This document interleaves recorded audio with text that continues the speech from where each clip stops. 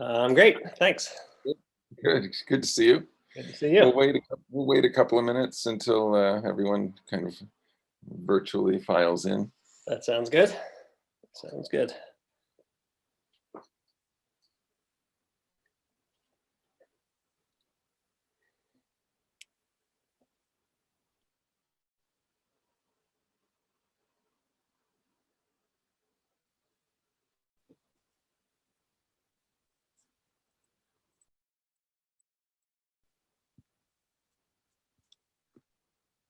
Yeah, How are you? Good to see you. Happy New Year or something. Yeah. Professor Sabin, nice to meet you. Glad to have you here. Nice to meet you. So Isaac, let's wait one more minute and then we'll get rolling here. Yeah, best to let as many people stream in as possible. Yeah.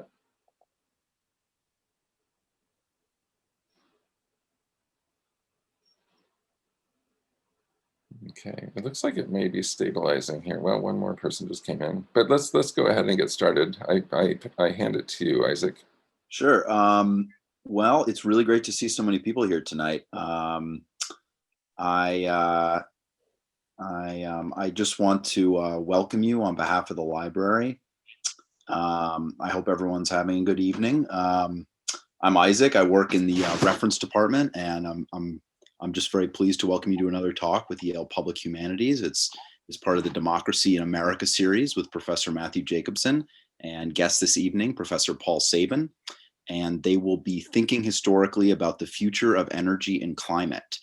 Professor Sabin has a forthcoming book, Public Citizens, The Attack on Big Government and the Remaking of American Liberalism through Yale University Press.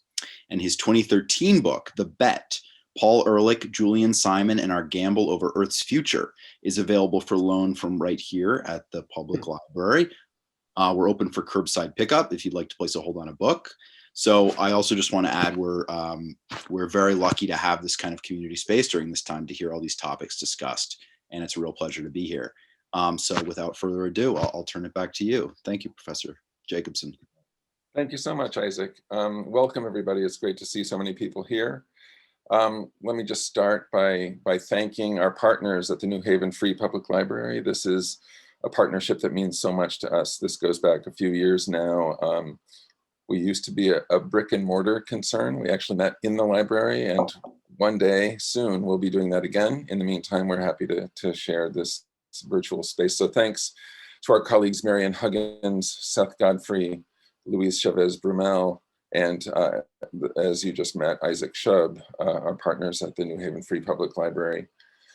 Thanks too to my colleague Karen Rothman, who has worked so hard for the series and is working so hard even now behind the scenes. And thanks to Amy DuPoy, who has worked very hard for us in public humanities and is soon to be moving on to the very noble work of working for the vaccination project in her native New York. So we were sorry to lose Amy, but we are happy to lose her to such a good cause. So thank you, Amy, for all that you've done. One quick program note, our next meeting here will be Tuesday, February 23rd. We'll talk with Daphne Brooks about her forthcoming book, Liner Notes for the Revolution, The Intellectual Life of Black Feminist Sound, which is a sweeping study of Black women performers and critics in the 20th century and their significant role in the creation of feminism in general, Black feminism in particular, and their participation in the Black freedom struggle. So it's a study kind of at the intersection of popular culture and American democracy. So that's February 23rd. It is my pleasure tonight to welcome my colleague, Paul Sabin. Paul took his PhD in American history at the University of California, Berkeley, and he spent a postdoctoral year as the Harvard Newcomen Fellow in Business History at the Harvard Business School. He also served for 9 years as the founding executive director of the nonprofit Environmental Leadership Program, which has trained and supported public leaders from higher education, government, business, and nonprofit organizations. He currently teaches US environmental history, energy politics, and political, legal, and economic history at Yale. where he also coordinates the Yale Environmental History Working Group and the Yale Environmental Humanities Initiative. He's the author of 2 books, Crude Politics, The California Oil Market, 1900s to 1940, which explores how politics and law shaped a growing dependence on petroleum in the first half of the 20th century. And as Isaac mentioned, The Bet, Paul Ehrlich, Julian Simon, and Our Gamble Over Earth's Future, which draws on an iconic story about population and resources to examine the clash between environmentalists and their critics since the late 1960s. His topic tonight is thinking historically about the future of energy and climate, and it's my pleasure to welcome Paul Sabin. Welcome, Paul. Great, thanks so much, Matt. It's a pleasure to be here, and a loyal supporter and fan of the New Haven Public Library, Free Public Library. It's an honor to be able to be part of this series. So I think my understanding was that maybe I would talk for 10 minutes or so just to sort of set out some issues, but I was hoping that we could spend most of our time in conversation, and we could take questions from people and use this moment to reflect on what we can learn from history in thinking about our current time. And it's an extremely challenging time, as you know, for the humanities in higher education. And so I think it's an opportune moment to think about this, because I think that we have a tremendous opportunity to make a strong case for the vital importance of the humanities to our current politics, this current political turmoil, to the divergent approaches to policy that are underway, and to several longstanding crises, including climate change. And so, what I thought I might do is just reiterate a little bit about kind of what history is good for, and what kinds of lessons we might want to take from it. And then I had a few overarching points that I thought I would make, and then I'd maybe we go into Q&A. Does that make sense? Sure. Yeah. Great. Okay. Well, I mean, just first, I think worth reiterating what history is good for. I'm not telling you anything you don't know, but just it's worth reminding ourselves that history is not going to tell us necessarily what's going to happen, but it does. Studying the past does help us to understand patterns and trends, and to make sense of the choices that people have made. And allows us to better understand the origins of our current situation. I think that is particularly important in trying to make sense of how we got into this current crisis with the climate, and trying to figure out how to make an energy transition. I think it also allows us, I think history is particularly good for empathy and understanding the different participants in the ongoing drama and what motivates them, and their the parts they play in this drama. And I think so history, in other words, what it's doing is giving us some analytical tools for thinking about the present and future. And so that's raising questions, exposing some of the tensions and paradoxes and the unintended consequences. So for energy and climate, I wanted to highlight 4 particular areas for exploration, and we can continue. We can look at those further after I just give a quick overview. But one that's particularly salient right now, as we think about confirming new people in the administration, and we have major change in government underway, is thinking about the role of the government. What parts of the government are relevant? What tools work, and what are some of the characteristic areas of leverage? And I think this builds on the first book of mine that you mentioned, Crude Politics, which is just the insight that energy systems are not free markets by any means, but rather they're markets that are structured by politics and law. And so one of the things that we've learned over studying this history is that energy policy is not something that happens only in the Department of Energy or in the mineral leasing office in Interior, but rather that energy policy is being made throughout the government. And so we can actually see that. I think it's instructive to kind of think about that history to make sense of what the Biden administration is doing right now as it tries to put people interested in energy and climate in roles throughout the government. And this ranges from economic policy to environmental policy to trade policy to in the White House working on international affairs like John Kerry or in really all throughout. And so they're taking a kind of a pervasive approach to energy and climate. And I think that reflects this learning that's been going on for several decades now. And I think it really took off in the 1990s, the realization that energy and environmental policy is not something that is solely the domain of energy and environmental appointees or legislation. I think another so that's why we're seeing it in finance and land use and transportation and health, in ocean law, et cetera. Another important thing to remember, as the Senate, teeters on a 50-50 balance and new legislation, people have high hopes for what might come of the new Congress, but also a very realistic, cautionary sense about it, is to remember that energy policy isn't happening just at the in Congress or at in the presidency. And so one thing that we learned from going back and looking at the evolution of energy policies, just how much of it has unfolded in state regulatory boards and state legislatures, in the courts, and even in municipal governments, including places such as here in New Haven. But I think an example of this would be the recent campaign over the last maybe, I'm not sure when it started, maybe last 3 to 5 years, or maybe I'm losing track, maybe it's even more like 10, but that there was a campaign that Sierra Club's been leading called Beyond Coal, that has been doing a lot of advocacy in the state regulatory commissions and at the municipal level and regional level to work on shutting down coal-fired power plants. And so I think it's important to remember the federal government, while crucial, is not the only place of action. I think another area for examination is it has to do with the patterns and possibilities of technological change. And I just want to highlight this briefly, but just to, when I was younger, going back into the 70s, into the 80s and 90s, when we thought about renewable energy, I think that there was a real strong sense that that solar power and wind power were technologies that needed a lot of help, and that the only way they were going to become viable is if we squeeze the fossil fuel industry and raise the prices for fossil fuels, but that it was unrealistic to expect that solar and wind power was going to really drop down to be fully cost competitive with the fossil fuels. And one of the most striking things of the last 5 to 10 years, maybe 10 years or so, is the plummeting cost of solar and wind power, so that it's becoming less expensive, or already has become less expensive than coal, and is quickly dropping below other fuels.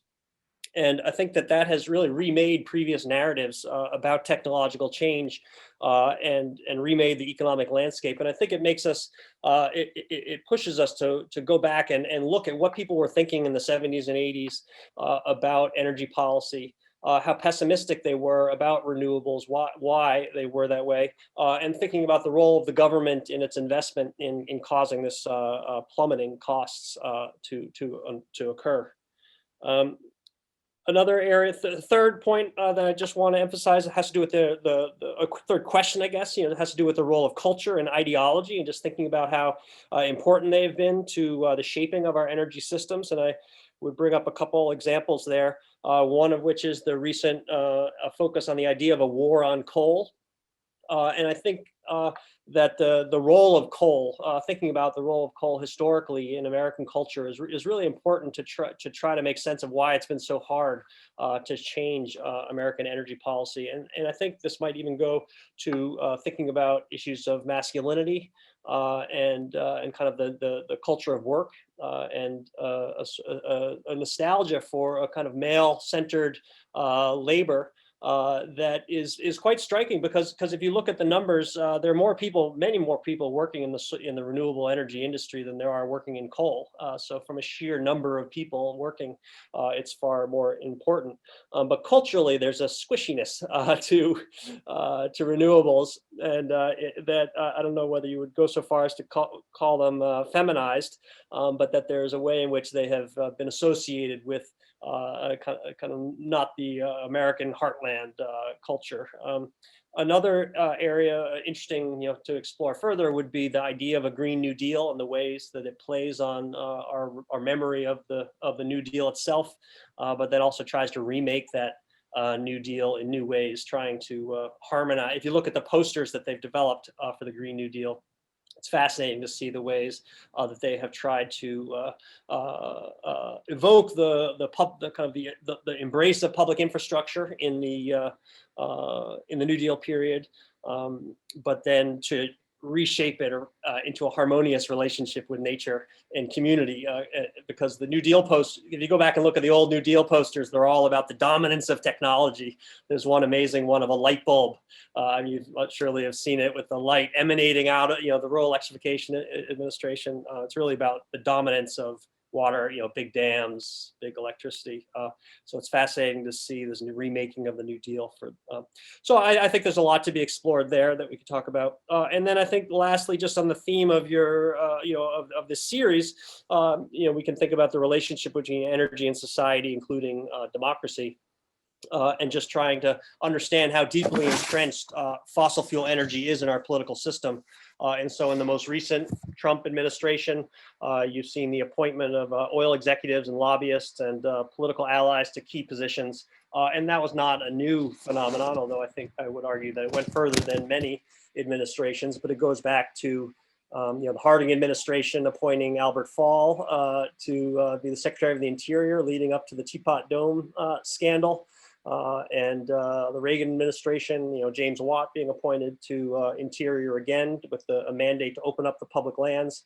But this is a long history of trying to turn the public lands and the public resources to the benefit of a small group, and the ways in which that has been related to different clusters of power in American society, including the Texas Democrats, Johnson and Rayburn, which by kind of a quirk of history were the long-standing Democrats in the legislature who kind of ended up by seniority to become dominant in the legislature.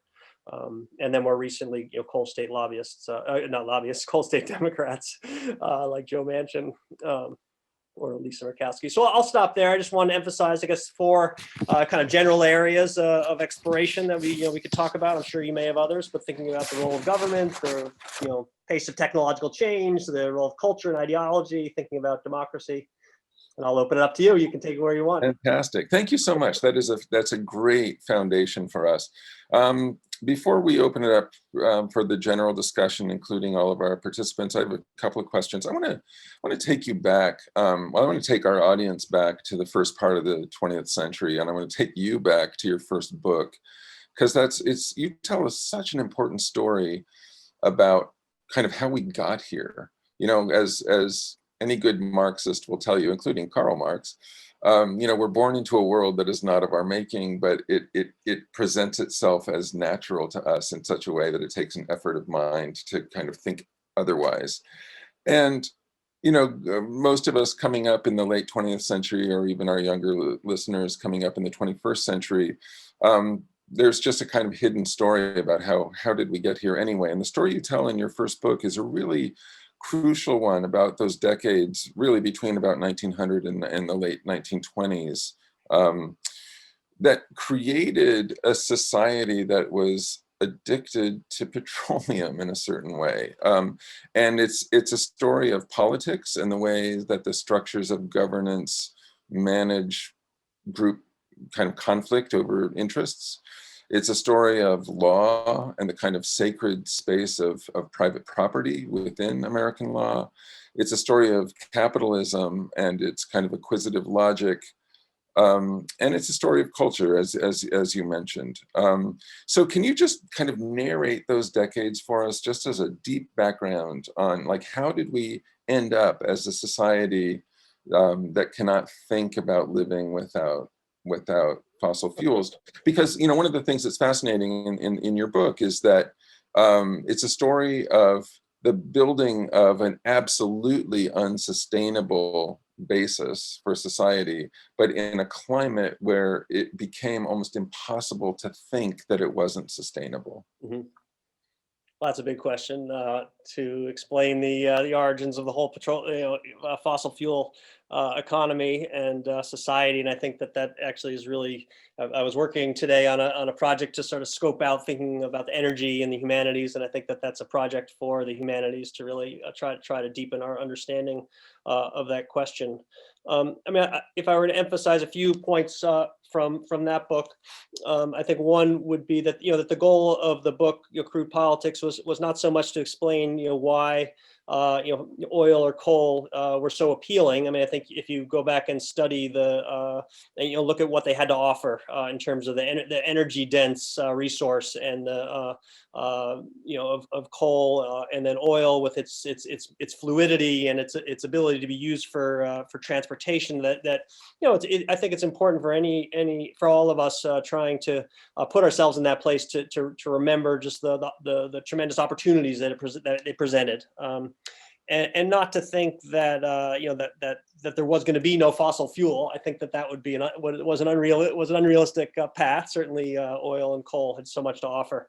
What I tried to explain in that book is instead the depth of the commitment to petroleum, using California as a case study, an example, and the ways in which it became ultimately entrenched in the political and legal system, and then even into the very landscape itself. And so what the really trying to argue there is that is to go against the naturalizing of our addiction and dependency on fossil fuels, because if you go back to, again, sort of looking at the rhetoric of the 70s, 80s, and 90s about energy. It was all about, the market resulted in this, the energy the fossil fuels is so efficient, it's so cheap, it's so abundant, it's so wonderful that this was all inevitable, and there's no really other, and so part of what I was trying to show is the way,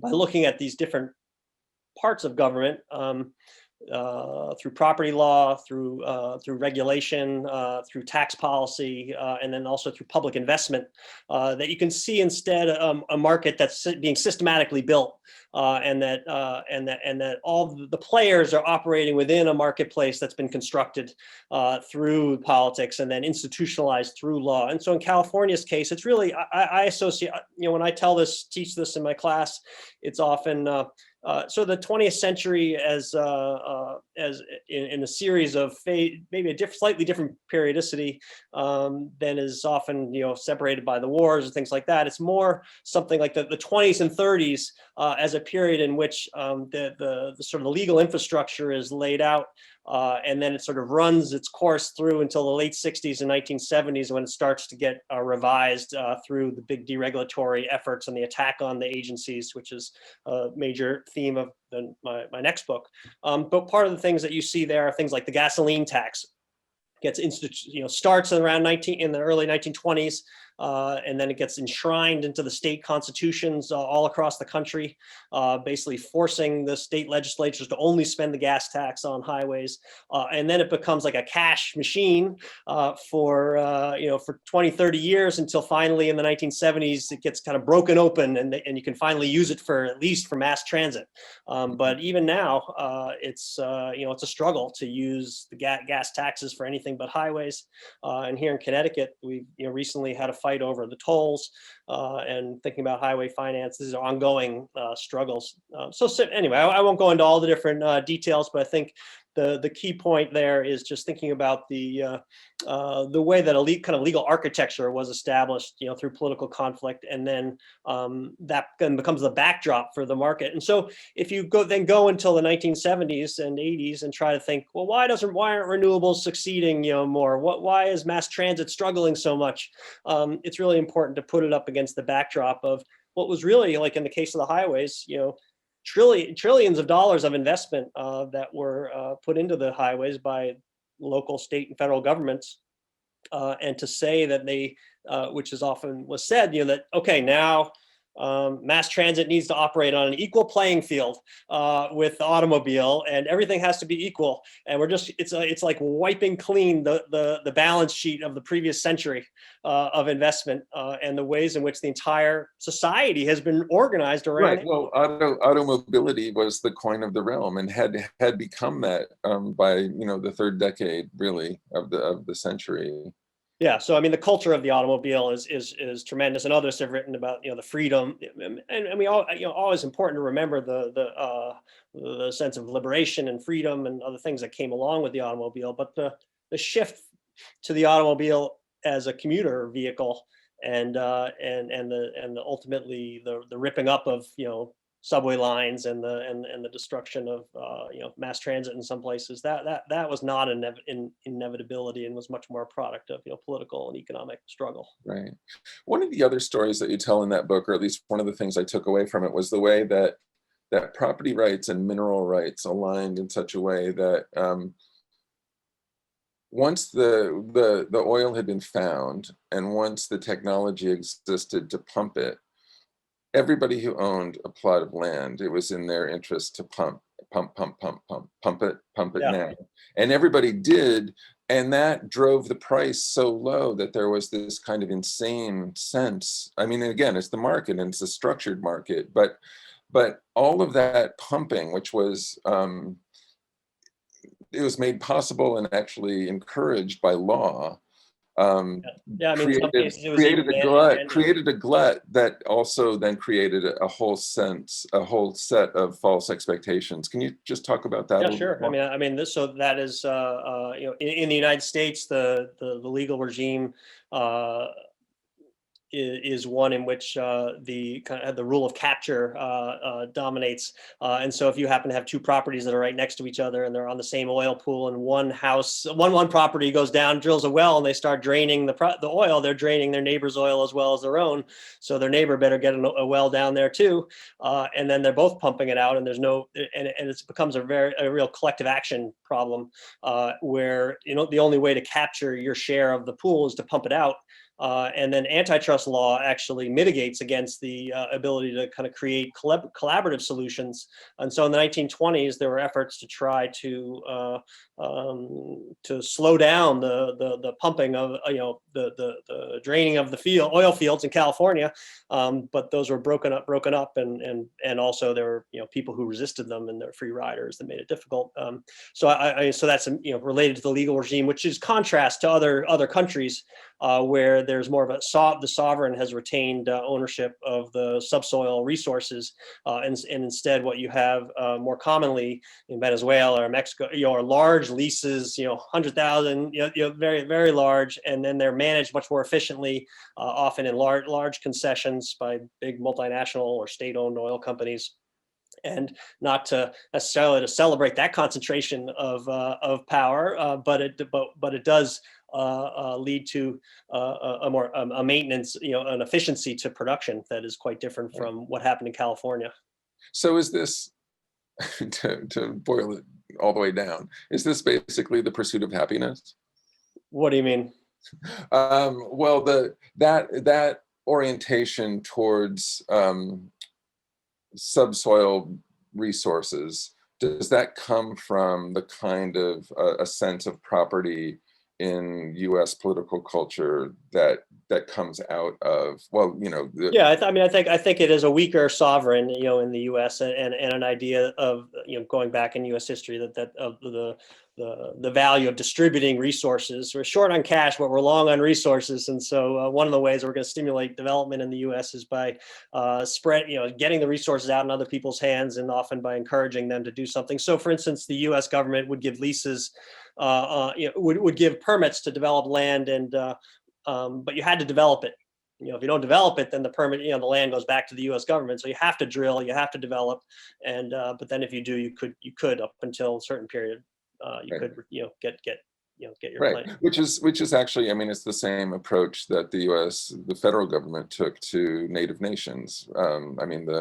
The rap on indigenous peoples was that they weren't improving the land. Right. Yeah. No. So I think there's a commonality there in terms of the idea of private ownership, individual ownership, competitive scenarios are going to lead to more economic development and invested individuals in the society and democratic citizens, I guess. You've touched on it. In your opening comments you did, and then again along the way, the idea of the free market. I just want to highlight that and maybe condense your thoughts on it. What, in thinking about the free market, not necessarily as a real thing, but as a rhetorical thing, what are the lessons for Americans about the meaning and the limits of a free market, if you focus on fossil fuels? Like what is the takeaway there, and what what do you learn about this kind of sacred, it's become, I mean, since, I guess, the height of the Cold War, when capitalism stopped being referred to as capitalism, started being referred to as free enterprise. The free market really holds a kind of privileged space in any rhetorical endeavor in American politics. And your work on fossil fuels cuts against that in really important ways. Can you just talk about that? Well, I mean, the one thing that stands out, most clearly is just the gap between the idea of the free market and the reality of the energy market. And there's nothing that, I mean, that was really there's one central argument of the book. It was that there is no such thing as a free market, and that property needs to be defined and needs to be is property all is a social and social thing that needs to the gap is there's no way to talk about a free market in relationship to energy in any meaningful way. It's not a concept that actually has utility because there's so many different elements. I mean, my book talked about property taxes, regulation, infrastructure, but you can go into many other dimensions, including labor relations and other things. There's plenty to explore there. The other point that I would make, though, is just has to do with the just extraordinary, given the gap between the reality of energy markets as politically, legally, socially constructed, and the idea of free markets. What strikes me most is the resilience of the concept, and it's just it's sobering for historians to look at it, to look at a concept like that of the free market, just because you can't drive, there's no stake that can go into that concept and really kill it. Yeah, well, that was, I guess, my question is how do you activate the kind of critiques of the free market that have been developed in your field and others for a kind of broad-based shift in our political vocabulary? I mean, part of it is you just feel like one's repeating oneself, constantly. but just to continue reiteration of the history of political action and intervention and structuring of the marketplace. But I also think that it's important to not give up on, I think that there's a need to try to come up with some other language to talk about the combination of the strengths of the marketplace, I guess, flexibility, efficiency, creativity, investment. There are dimensions of the American marketplace that are, it's not a command and control sort of state-driven governed system. It is a flexible, so I think trying to find some language that does appreciate the value of encouraging innovation and efficiency and creativity while recognizing, and I guess Elizabeth Warren talked about this, that the government helped create this, that's set up, it's teed up, but and shaped by the government. So a different balance, I guess. Right. But it's hard to come up with a different term. There's just a romance to the idea of the free market that has been captivating and it's hard to get rid of. But that might be where the hope is for renewables, is in that kind of jujitsu move of kind of talking about the market and these as marketable technologies. Well, I mean, renewables. The story of renewables, as I was suggesting earlier, has changed so fast that I think people are still struggling to put their minds around it. In the sense that, there was, in the Obama administration, people, there was a lot of talk about this at one company, Solyndra, you might have heard of, and the idea the government was wasting money investing in Solyndra, and it just shows how industrial policy, doesn't work. But when you actually look at the effectiveness of government investment and support for renewables and the way that the graphs are just stunning. The energy agencies keep predicting that that solar energy is going to be here, and it keeps being here, and then they predict it's going to be here, and then it keeps being there. It just keeps exceeding. It's just changing so fast that actually, if the marketplace, is quickly, working its will. But I think that an example of that, though, is, and going back to the book, and is that the margins matter, and so the profitability of solar and wind is shaped by its relative competitiveness with fossil fuels. And so much of what the last administration did was basically to try to subsidize coal and subsidize fossil fuels by removing various costly regulations on methane, on water pollution, on drilling permits, all the different ways that anything that they could do to unleash the fossil fuel industry. So it's just the great irony of the focus on subsidies for renewables, when in fact what the government, the most recent administration was doing was everything that it could to subsidize through a whole range of government policies, to push, to expand fossil fuels, and that matters, for the success of renewables. Right, right. I want to encourage all of our guests to use the Q&A function and submit your questions. And I notice there are some quite august people on the line, and I hope you will pipe up as well. But here's a question that is really closely related to what we were just talking about. With so much advancement occurring in technology, I know people around me who tend to want to wait until the next best thing comes out, whether it be solar panels or electric cars. How is it possible to get people to jump in knowing that?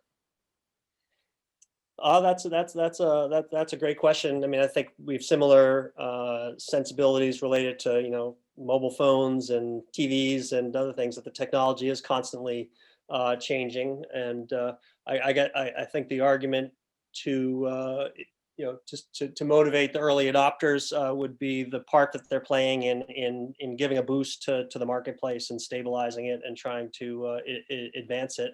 And so by buying an electric car or putting solar panels on a house or switching to green power, you're helping to validate and to advance that marketplace and help it be more competitive, and that is sort of a vote in the marketplace to as well. And the cost of being an early adopter is really dropping rapidly, and so it's becoming less. It becomes less and less. So you could always wait for the next technology, but at some point, gotta jump in. So yeah.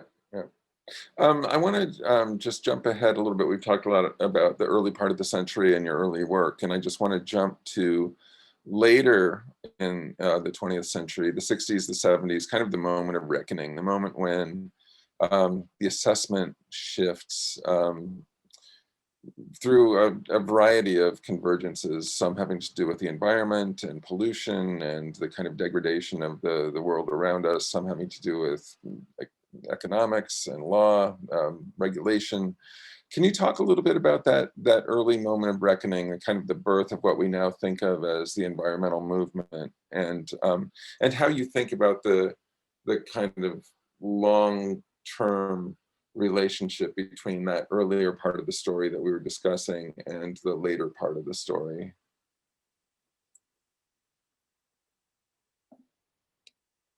Well, that's a great question, and it actually gets to my next book that's coming out next summer about public citizens, which is really about the turn against government, in part on the left, and people writing in economic history, business and economic history, people like the Tom McCraw or Richard Vitor, people who you mentioned that I spent the time at the Harvard Business School for a year, but they were very interested in studying business government relations and studying the change in attitude towards regulation in the United States.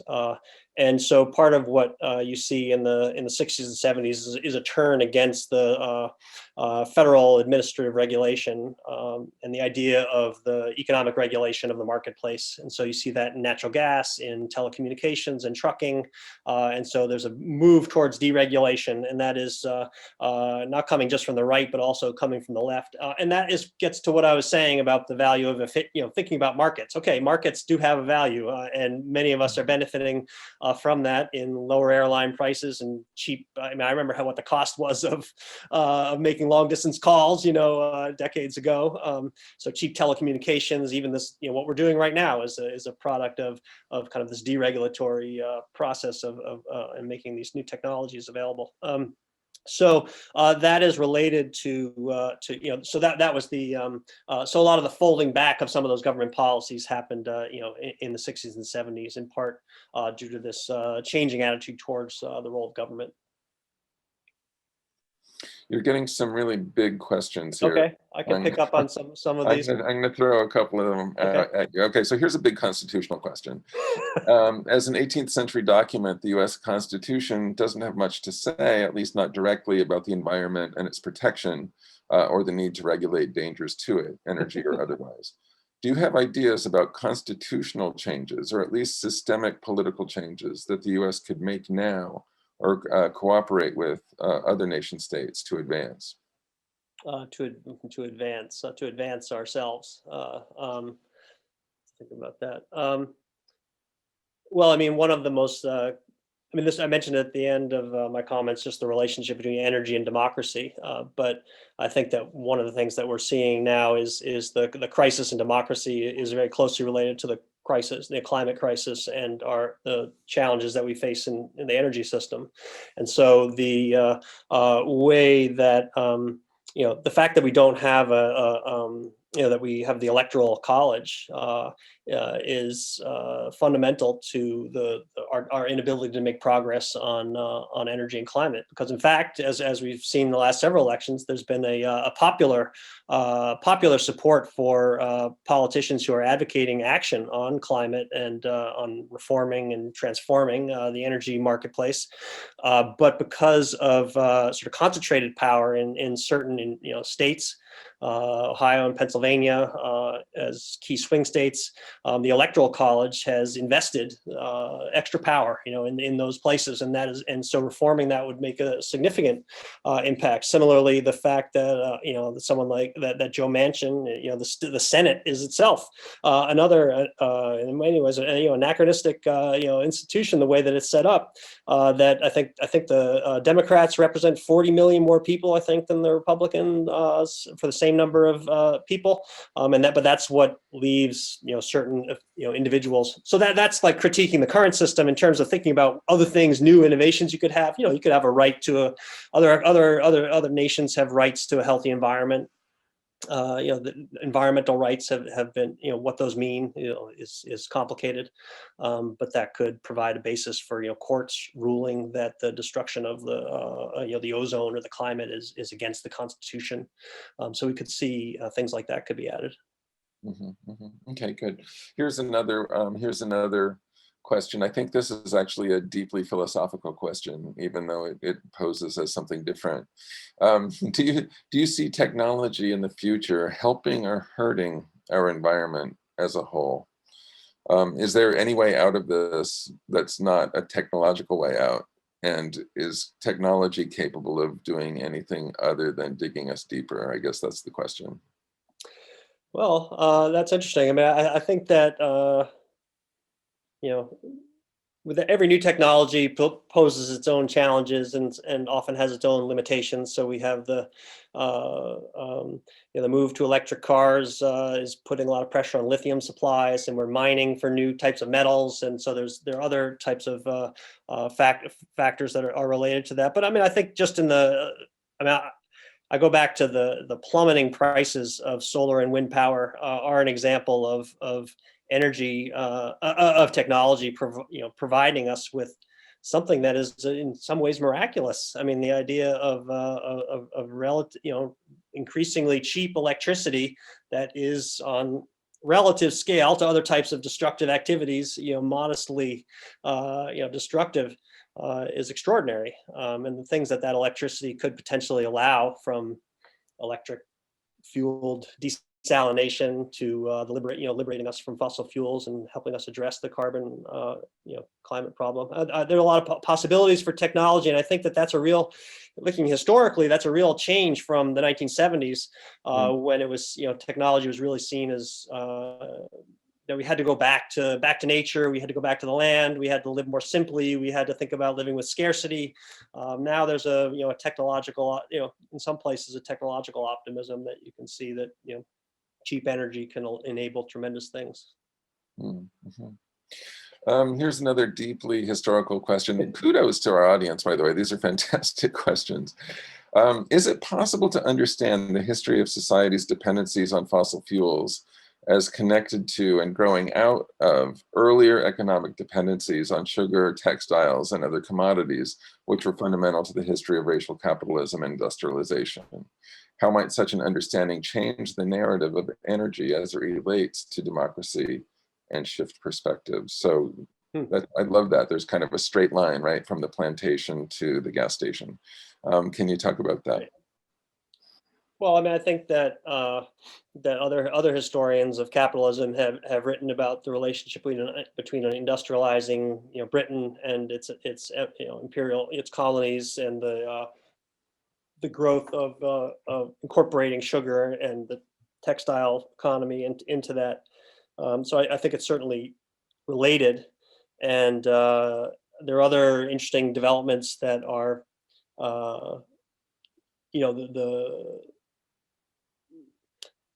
let's see. So I was just thinking about the discovery of oil in 1859 was right before the Civil War, was an interesting thing for the North to get this new access to export.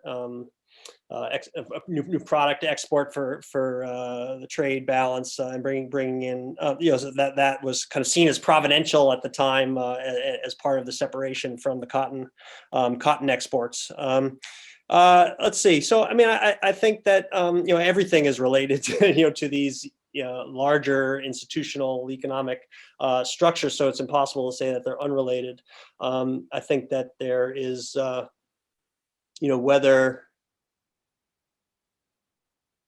I guess I think that there may be something even there's that the possibilities that are represented by the embodied energy in coal and oil are for humanity are something that is one imagines would have been tapped in some way by any I guess probably any society of different structures. Certainly these energy systems helped replace the labor of enslaved peoples. It's complicated. I mean, I think that hasn't been my primary area of study, but I think they're clearly deeply intertwined and related to each other. I think it seems like I mean, you talked about the rise of automobility and the kind of freedom and all of the things that Americans have associated with the automobile over the past century, which raises the question about consumer culture and consumerism in general as one of the cultural layers that kind of masks. And this is to go back to that question about sugar and the plantation, is that the rise of a consumer society has really invented its own disguises for the costs of the extraction. You know what I'm saying? So that sugar, sugar is the reward, and in some ways effaces any knowledge of the sugar plantation, just as the automobile is the reward and effaces any the kind of costs, environmental costs, costs of kind of the politics of extraction and all of that. Consumer society, in some ways, is meant to disguise those things, and it does. Yeah, there was one quote, I think that's Alan Cranston, the former senator from California, talking after the Santa Barbara oil spill, was talking about what kind of offshore drilling would be acceptable to California, and he said something that it would be okay if it were perfectly safe and if it were invisible, and the idea and so that wasn't necessarily possible in California, but what was possible was that they could import the oil from other places. Alaska. And so that I've spent some time studying oil development in Ecuador and north, in the Arctic, that other places, Alaska, so what they did instead was to export, the production to other places and continue on. And I think one of the interesting, and one of the things that did that I think is a challenge that we're struggling with today is that it created the illusion that you could have energy you could have the consumption without the production, at least visually. Right. And that is, so now when people are, the effort to try to put up windmills or have solar farms or offshore wind, where you're going to have to actually see the energy production, that's being made more difficult because of the success of the obscuring of the previous energy regime. Right, which is one of the things that's so striking. I think that as people were coming on to this call, there was a photograph of Huntington Beach in the early 20th century, which is like the oil derricks so thickly populating the beach that like you couldn't imagine going for a picnic there, right? I mean, they're just like one. Although on the cover of my first book is someone picnicking under but they did picnic there. I agree. But in some ways, I mean, that's a kind of important story of the arc of the 20th century, is just how ubiquitous it was in the early parts of the century, and that was okay. And then it gradually just was made totally invisible in a way. Actually, if you go to Long Beach or Huntington Beach now, you look out into the harbor at Long Beach, and you'll see palm trees and other things on an island, and that's disguising the wells that are there. And then along the boardwalk in Huntington Beach, that same place where all those oil derricks are, if you look closely, you can see derricks hidden behind fences, and they're still there. They're still so there are some things that are still there, and they're doing diagonally drilling sometimes out. Anyway, but I agree. It's really about the obscuring of it, and what's most challenging about it is that it has created the illusion that we can have energy without any cost, and so now when someone wants to build something off of the Long Island or Nantucket or any of the northeast coast, there's a lot of resistance to it. Yeah. Here's a more narrowly political question, but a really good one and a tough one. You mentioned both Solyndra and West Virginia's Joe Manchin. I used to drive past an abandoned Solyndra factory in the San Francisco Bay Area. Meanwhile, coal-dependent states like West Virginia do not receive such subsidies, and as a result, continue to frame energy politics as climate versus jobs. What prevents renewable investments in declining coal states that might be able to shift local economies and antagonistic politics? Well, I say this. I've said this to a lot of people privately. Is that seems like what really should be done is putting solar factories and wind turbine factories and all other types of renewable energy. Massive investment of those things simply to replace the coal mining jobs would make a lot of sense, and it's not. It's very striking that, and you can see how that's been successful in Nebraska and Texas, where wind power is quite significant. There's a lot of support for wind power. Some people I remember T. Boone Pickens was big enthusiast for wind power. So it has created a lot of unexpected allies. But I think Gabriel, the question there about investment and job creation, is a very interesting one for study, and really trying to make sense of declining industries. And this is true of forestry in Oregon, coal mining in West Virginia, and elsewhere.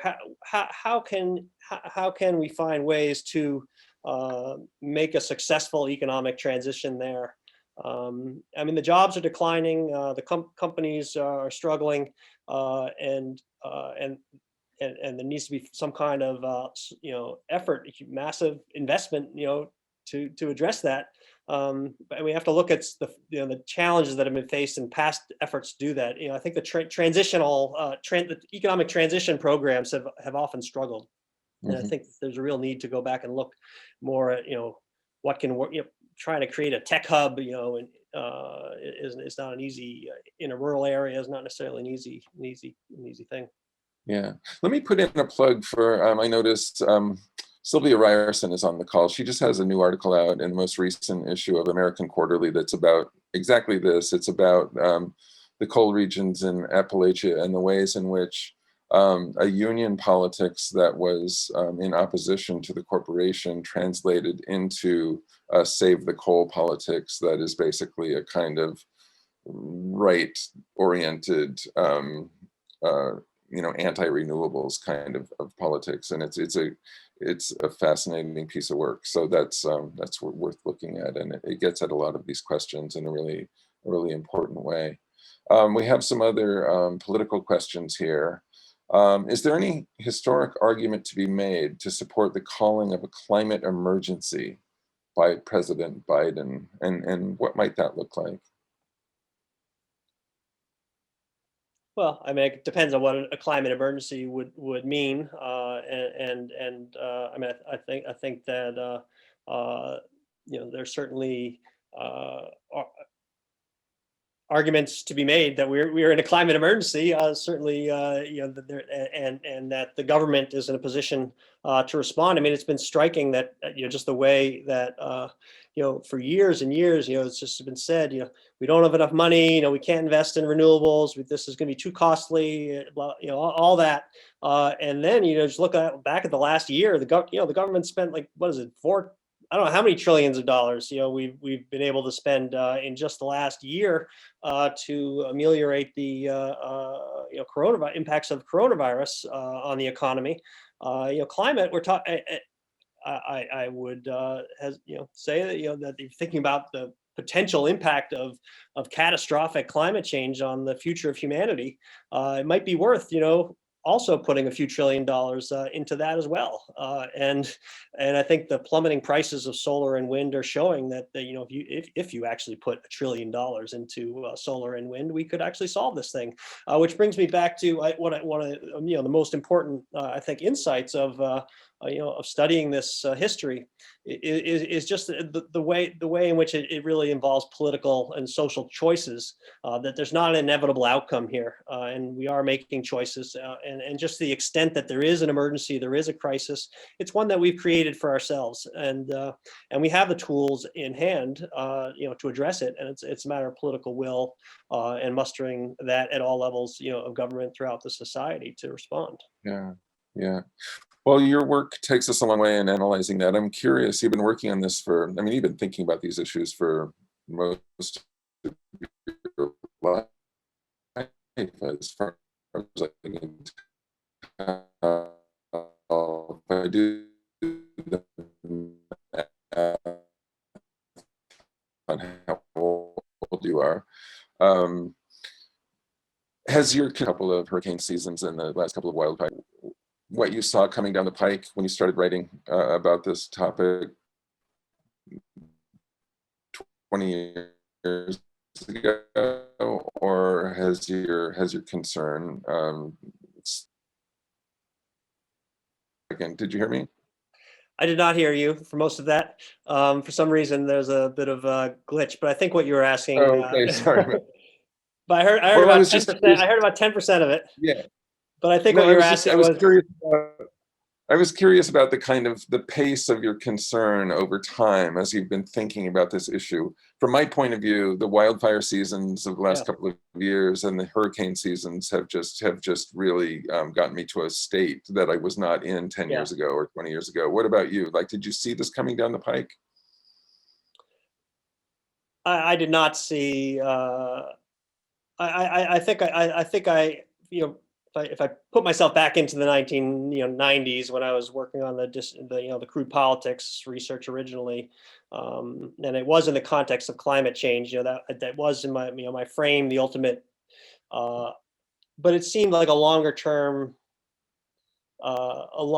thing, that in terms of when these kinds of disasters would come. I think it's happening faster than I expected, and not that I'm not a scientist, so I'm reading the science, but it happened faster and is scarier, in terms of the pace. And if you looking at things like the pace at which the ice in Greenland is melting, and thinking about the study of how that could accelerate and what that might mean for sea level rise, the issues of drought and fire and flooding, all those things. I mean, they're terrifying, for a lot of in so many ways, and the disruption is now seems. Some of the disruption is baked in right now, is inevitable, and we have to figure out how we'll address it and deal with it.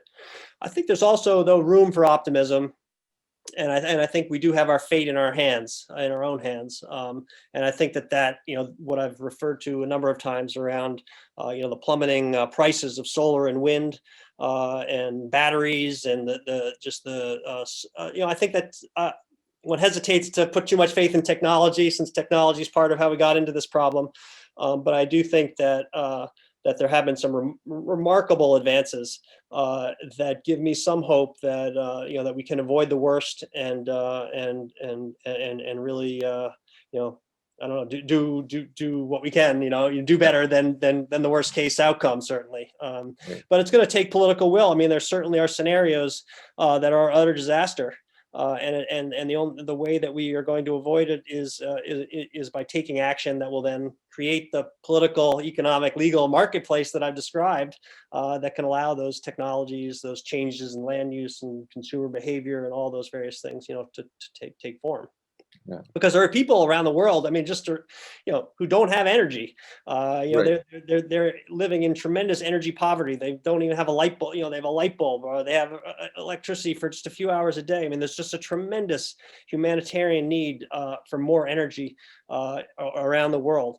But I think there is a hope now that can be met in a way that won't also simultaneously, bring about social destruction. So yeah. I hope. Well, cautious optimism. Yeah, no, thank you so much. I think you delivered us to a nice balance between realism and optimism, and we have our work cut out for us. We have our work cut out for us. It's not. Thank you so much. I appreciate your time and your work, and it's been great talking with you on this. To our audience, thank you for coming. I want to remind you, our next session will be Tuesday, February 23rd. Daphne Brooks talking about her new book, Liner Notes for the Revolution: The Intellectual Life of Black Feminist Sound, about popular culture, feminism, and the Black freedom struggle. So join us then. Look for our flyers. Wash your hands, wear a mask, take good care of yourselves. Thanks everyone for being here, and thank you, Paul. Great, thanks so much. That was great.